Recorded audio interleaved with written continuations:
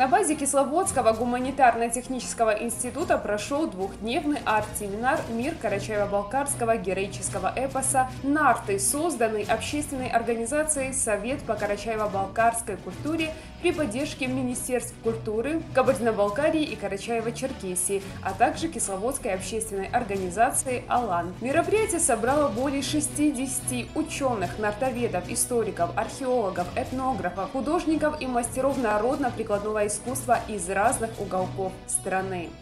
Я вас всех поздравляю с сегодняшним семинаром. К нам в институт приехали с Кабардино-Балкарии, с Карачаево-Черкесии, видные ученые, которые за 2 дня изложат свое видение, свои взгляды на поставленные вопросы, поставленную тему. Я думаю, что это начало такого серьезного подхода к серьезным таким вопросам. В общем, желаю удачи семинару, удачи всем вам. Говоря об общественной организации «Совет по карачаево-балкарской культуре», тут стоит сказать о том, что она была образована в нынешнем году по инициативе творческой интеллигенции КБР и КЧР с целью сохранения языка, культуры и лучших традиций карачаево-балкарского народа. Председателем Совета была назначена член Союза писателей России Лидия Жабелова. Многолетний опыт работы в сфере культуры помог ей на высоком уровне провести первое масштабное мероприятие с привлечением людей творческих профессий и экспертов в данной области. Основная задача общественной организации – это популяризация лучших достижений карачаево-балкарской культуры. Как известно, лучшим этим достижением в нашей народной культуре является нартский эпос, который бытует и широко распространен среди 6 народов Северного Кавказа. В результате таких каких-то наших тяжелых событий середины 20 века, которых всем известно, мы отстали немножко в вопросах.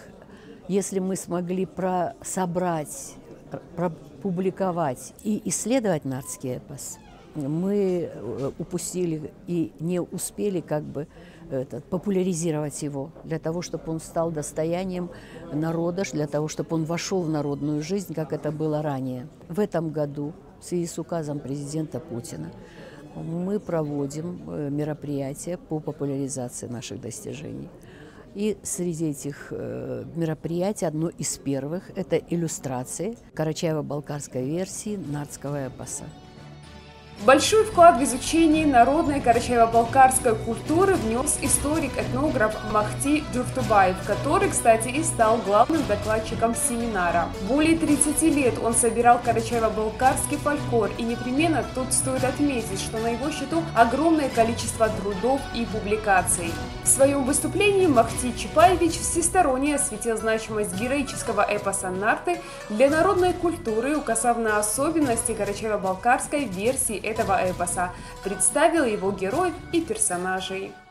Нартский эпос распространен у 6 народов Кавказа.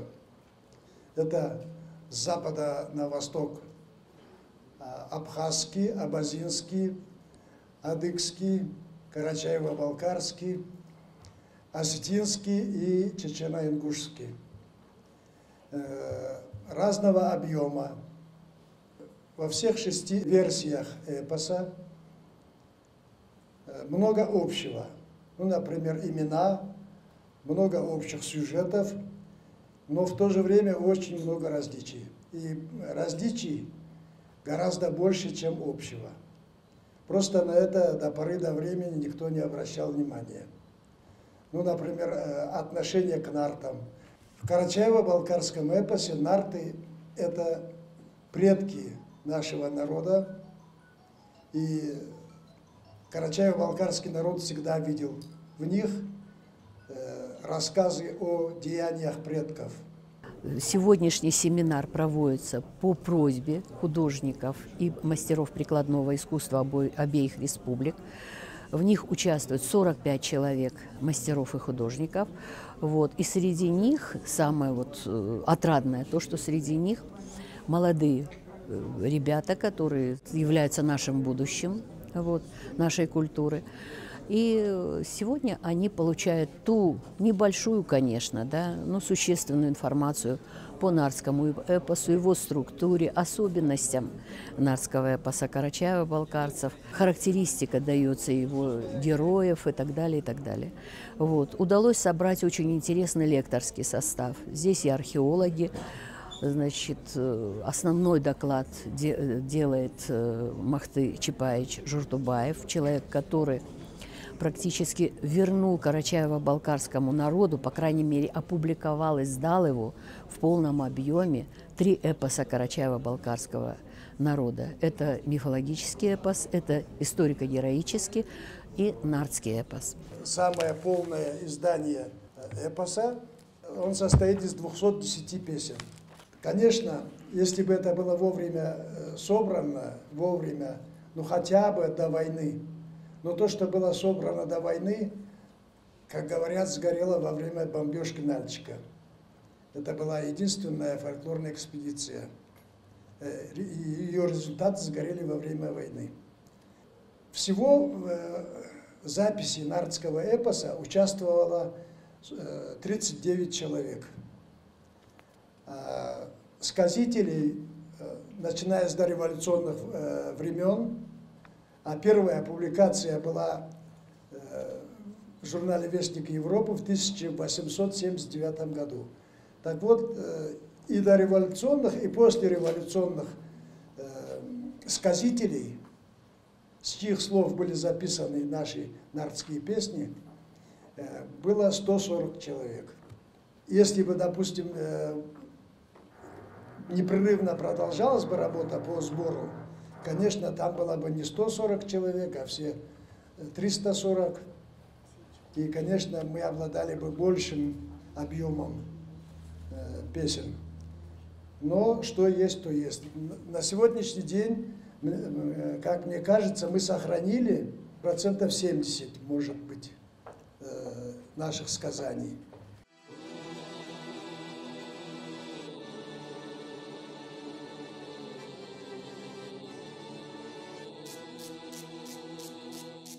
Құрту келеден шығып барабыз, ойра хорира хой. Нар төрізмеге алыбыздады, ойра хорира хой. Аны жүрегі қаны бұздады, ойра хорира хой. Аны өктемлігі бары бұздады, ойра хорира хой. Қарлы таулаға бізкер жетербіз, ойра хорира хой. Домайла қырып біз келтірлік біз, ойра хорира хой. Ұлы қобандан біздер көтербіз, ойра хорира хой. Қаран оғайда чариш етербіз, ойра хорира хой. Нартасла жерні тетіретелі, ойра хорира хой. Жұлдызлы көкке ұчып кетелі, ойра хорира хой. Элия қанаты башы бұздады, ойра хорира хой. Нарт жолы бұзны ол жарытады, ойра хорира хой. Ойра хорира хой, ойра хорира хой. Сарыөк суны бойны сақлайды, ойра хорира хой. Нарт еллеріне тамчы таммайды, ойра хорира хой. Құлғын қазауат мадел болыпты, ойра хорира хой. Суызла саулай қаннан толыпты, ойра хорира хой. Вот эти вот герои нардского эпоса, вот во что они были одеты, какие у них были нравы, ну не всем это доступно, и мы хотели бы от профессионалов, от тех людей, которые изучали их костюмы, скажем, ну, этого периода, вот, Средневековья, чтобы все это мы от вот этих вот ученых, чтобы услышали в дальнейшем, чтобы это помогло художникам в их изобразительной деятельности. Собственно, этим прежде всего это вызвано. Но этот интерес, как уже показала практика, что многие заинтересовались этим, много вот ученых откликнулись. И решили вот с разных сторон осветить вот эту вот данную тематику. А так как Нартьяда, вот карачаевцев, балкарцев, недостаточно нашло свое вот отражение в изобразительном искусстве, собственно, в этом нуждаются и школы, и вообще вот эти образы хотят увидеть носители вот этой культуры, этого эпоса. И, собственно, и для общего широкого круга вот этих зрителей, и для школ, для применения для педагогики, воспитания подрастающего поколения, чтобы это все использовать. Положение о первой межрегиональной художественной выставке «Карачаево-Балкарский нартовский эпос» в изобразительном искусстве. Я только потом заметил, что здесь стоит единичка первая. Ну, значит, будет следовать и вторая выставка, и третья выставка, так?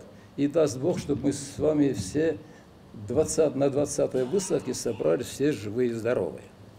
Союз художников Карачаево-Черкесии, Союз художников Карабарьяно-Балкарии. И все это при поддержке Министерств культуры вот названных республик. Ну, так сказать, солидный состав тоже организаторов. Есть достаточная теоретическая база, ну, созданная нашими учеными, нашими исказителями 18-19 веков по нартском эпосе, которая будет служить и базой. А потом посмотрите, сколько в последнее время написано книг, вот, написаны статей, исследования проведены, и все это популяризует вот нартский эпос.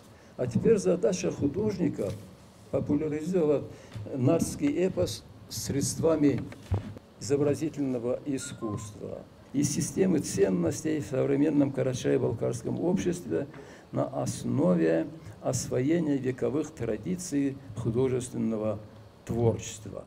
Никогда уже никто в нашем народе такой книги не напишет, будь он 7 пядей во лбу.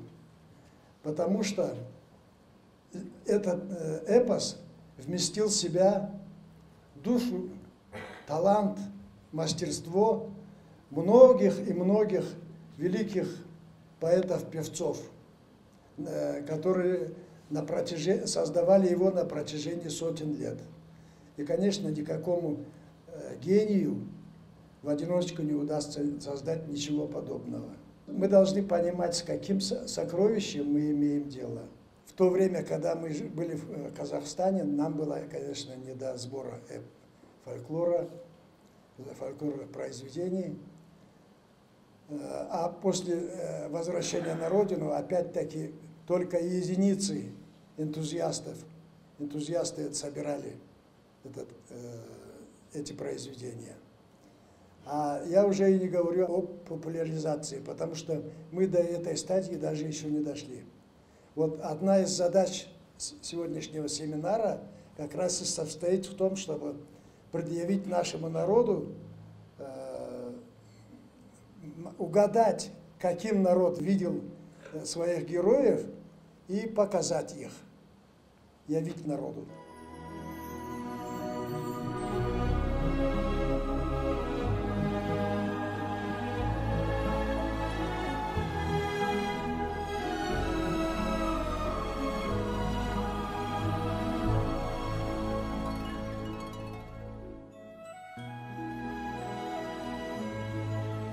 Большой удачей, я считаю, то, что изъявило согласие в участии в нашем семинаре ученый-историк, значит, специалист по средневековому костюму народов Северного Кавказа и тканям, которые вот так в то время, значит, из каких тканей это все шилось.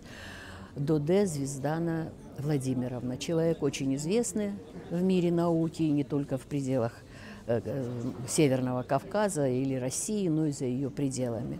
Вот. Это настолько выверенные, глубокие исследования, то, что она предлагает нам, что на сегодняшний день мы ее воспринимаем как эксперта в этой области. В своем выступлении доктор исторических наук, член Международного центра изучения древних тканей Звездана Доде рассказала участникам семинара об одежде средневекового населения Северного Кавказа и археологических параллелях с сюжетами нардского эпоса. Платье сай. Сегодня сошью сай. Говорят, кроме сатаней никто этого не умеет. В эпосе также находим упоминания практически о всех деталях, составляющих кавказский костюм.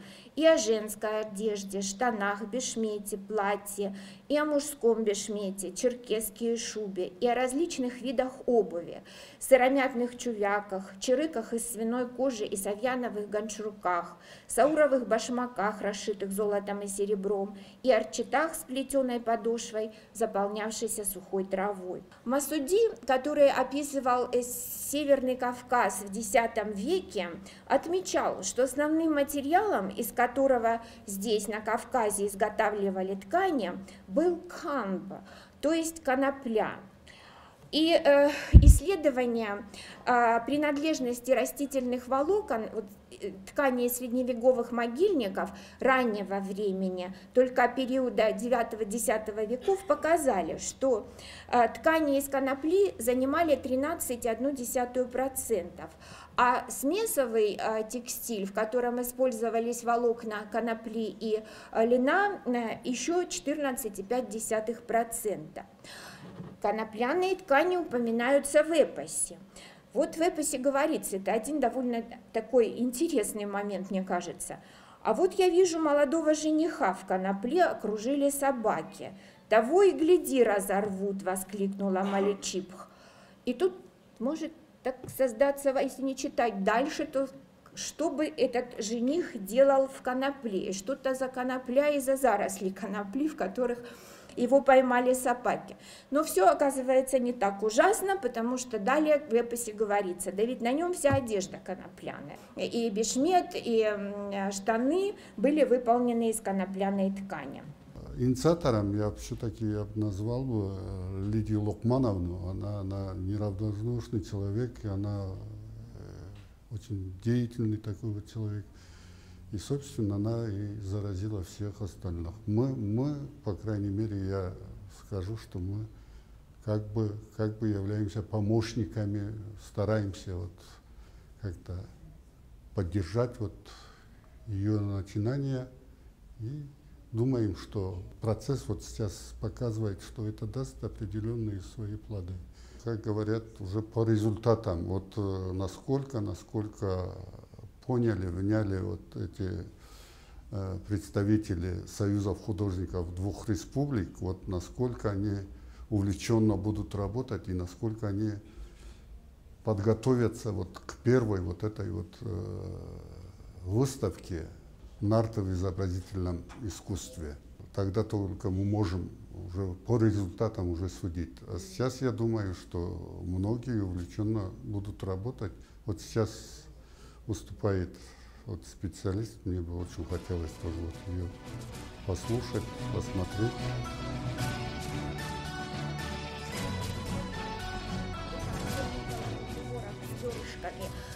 Это реконструкция, сделанная на основе половецких изваяний, и мы видим здесь приталенно расклешенный силуэт. А рядом это уже кавказский кафтанчик из материалов куфтина, позднесредневековый, который как раз, собственно, по-моему, полностью соответствует и половецкому, с одной стороны, и современному этнографическому кафтанчику народов Северного Кавказа. Помимо этого участвуют археологи, ребята из Института археологии РАН приехали, работают по антропологии народов Северного Кавказа и по средневековому одежде и, значит, средневековых всадников. Вот то, что нас просили художники. Мы следовали следом за ними. Они стали просить нас о том, чтобы мы дали понятие о том, во что нарты были одеты, во что они могли быть одеты, каково должно было быть оружие, каковы особенности этого оружия. И, значит, бытовые даже предметы, да, там вот говорится, например, о каких-то котлах с 40 ушками, да, на чашах там и так далее, и так далее. Результат какой? Результат иллюстрации карачаево-балкарской версии нартского эпоса. Если наши соседи в этой области очень серьезно поработали, те же осетины, да, которые с 1900 года уже, в 1902 или 2011 году, вот боюсь ошибиться, как вот Туганов уже рисовал к небольшому сборничку, значит, он нарисовал иллюстрации, несколько иллюстраций приложил, и далее, далее, далее, и потом в итоге получилось так, что Туганов, Джанаев, другие художники осетинские. На сегодняшний день мы можем не читать осетинский эпос, а просто его смотреть в иллюстрациях, и нам все будет понятно. Вот. Радует то, что кабардинский эпос, да, Савкуев нарисовал 300 работ. Они сегодня мы подготовили слайд-шоу, чтобы вдохновить своих художников видом тех работ, которые были сделаны художниками.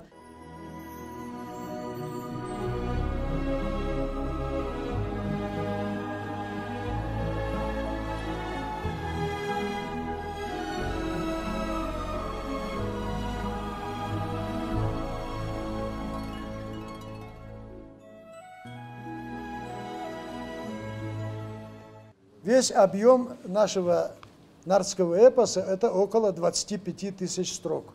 То есть это по объему примерно равно великому карело-финскому эпосу Калевала. Есть две другие мифологические версии рождения Дебета.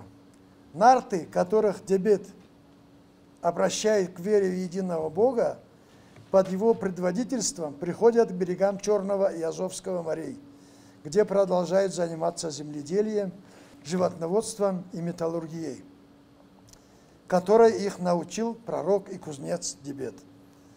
Состоят они из 19 родов, во главе которых Дебет ставит своих 19 сыновей. Одним из заветов Тейрихана, переданного нартам через Дебета, был запрет на смешение с племенами людоедов. Они, естественно, изображаются в образах скопищ злых и глупых великанов эмегенов. Но Алауган-старший и самый могучий из сыновей Дебета, живущий вместе с другими братьями где-то в Приазовье, нарушает этот завет и привозит из походов на Волгу красавицу-великаншу Ахбиче, или под другим именованием Бойранхыз и Хырсбиче, на которой и женится. У них в Нарте рождается 7 сыновей, характером схожих с матерью. Ахбиче начинает развращать нартских женщин, обучая их колдовству, оборотничеству и прочее.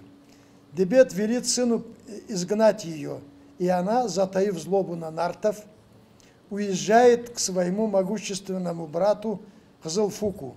Тот строит для нее крепость Ахкала, в которой поселяются Ахбиче и ее буйные сыновья от Алаугана. Совершение походов, завоевание новых земель – излюбленное ремесло нартов. Когда победители возвращались на родную землю с богатой добычей, то в их честь организовывались роскошные пиры с интересными играми, песнями, танцами, после чего храбрые воины снова собирались в поход на другие земли. Вскоре нартам становится тесно в прежних пределах, и младшие сыновья Дебета вместе со своими людьми уходят к Хазарскому, Каспийскому морю. Среди них эпос особо выделяет род Усхуртука. Но здесь они попадают в зависимость от небожителя Кызылфука, другое именование этого персонажа Булат Хамыч, в образе которого ясно различимы черты божества плодородия. Он может вызывать дожди, но может и прекращать их, насылать засуху и прочее. Нарты вынуждены во избежание голода подчиняться Кызылфуку и построить для него город-крепость Инджихала. Кызылфук похищает с небес маленькую девочку Сатанай и прячет ее на острове, но она впоследствии сумела сбежать и пришла в селение Схуртуковых, где ее стала опекать, пестовать ведунья Тохана. Следует сказать, что властолюбивая красавица Ахбиче является одним из важнейших персонажей огромной эпопеи. Образ, несомненно, синкретический, совместивший в себе черты древней богини Дамметтир, богини матери воды, злой великанши-людоедки и исторического лица, царицы прикаспийских гуннов Бойранкыз. В византийских письменных источниках ее называют Буарикс. В других версиях Нартиады она отсутствует, поскольку никак не была связана ни с мифологией, ни с историей этих народов.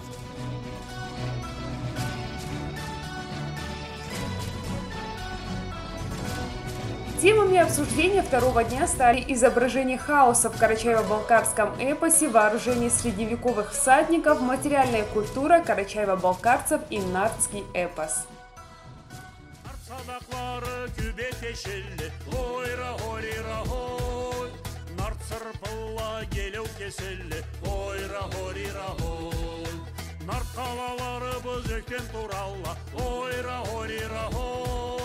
Нарт келлени жаудан сақлайла, ойра хорира хой.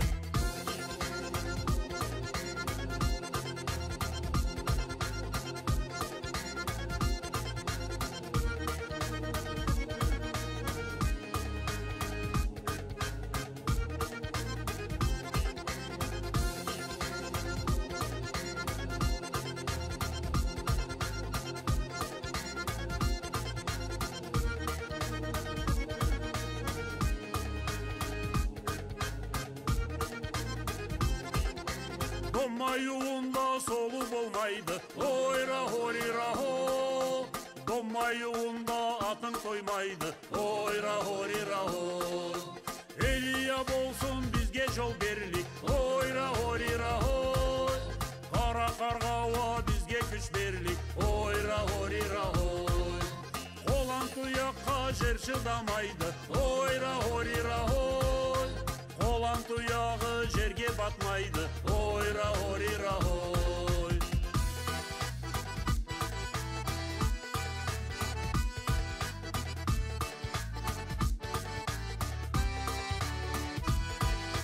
Кемуда атласа таула тетерейле, ойра хорира хой. Меңе таудан бұзла түшелі, ойра хорира хой. Чуана сыртында садақ атарбыз, ойра хорира хой. Итил бойнунда боза тартырбыз, ойра хорира хой. Ойра хорира хой. Ойра хорира хой.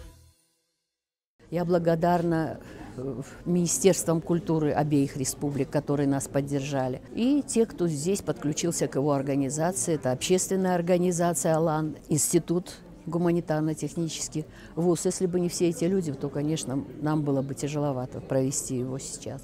Потому что наша организация молодая, она только-только становится на ноги. Это ее первое мероприятие. И если даже какие-то шероховатости есть, то это вот за счет того, что мы только начинаем, еще даже не до конца знаем возможности друг друга.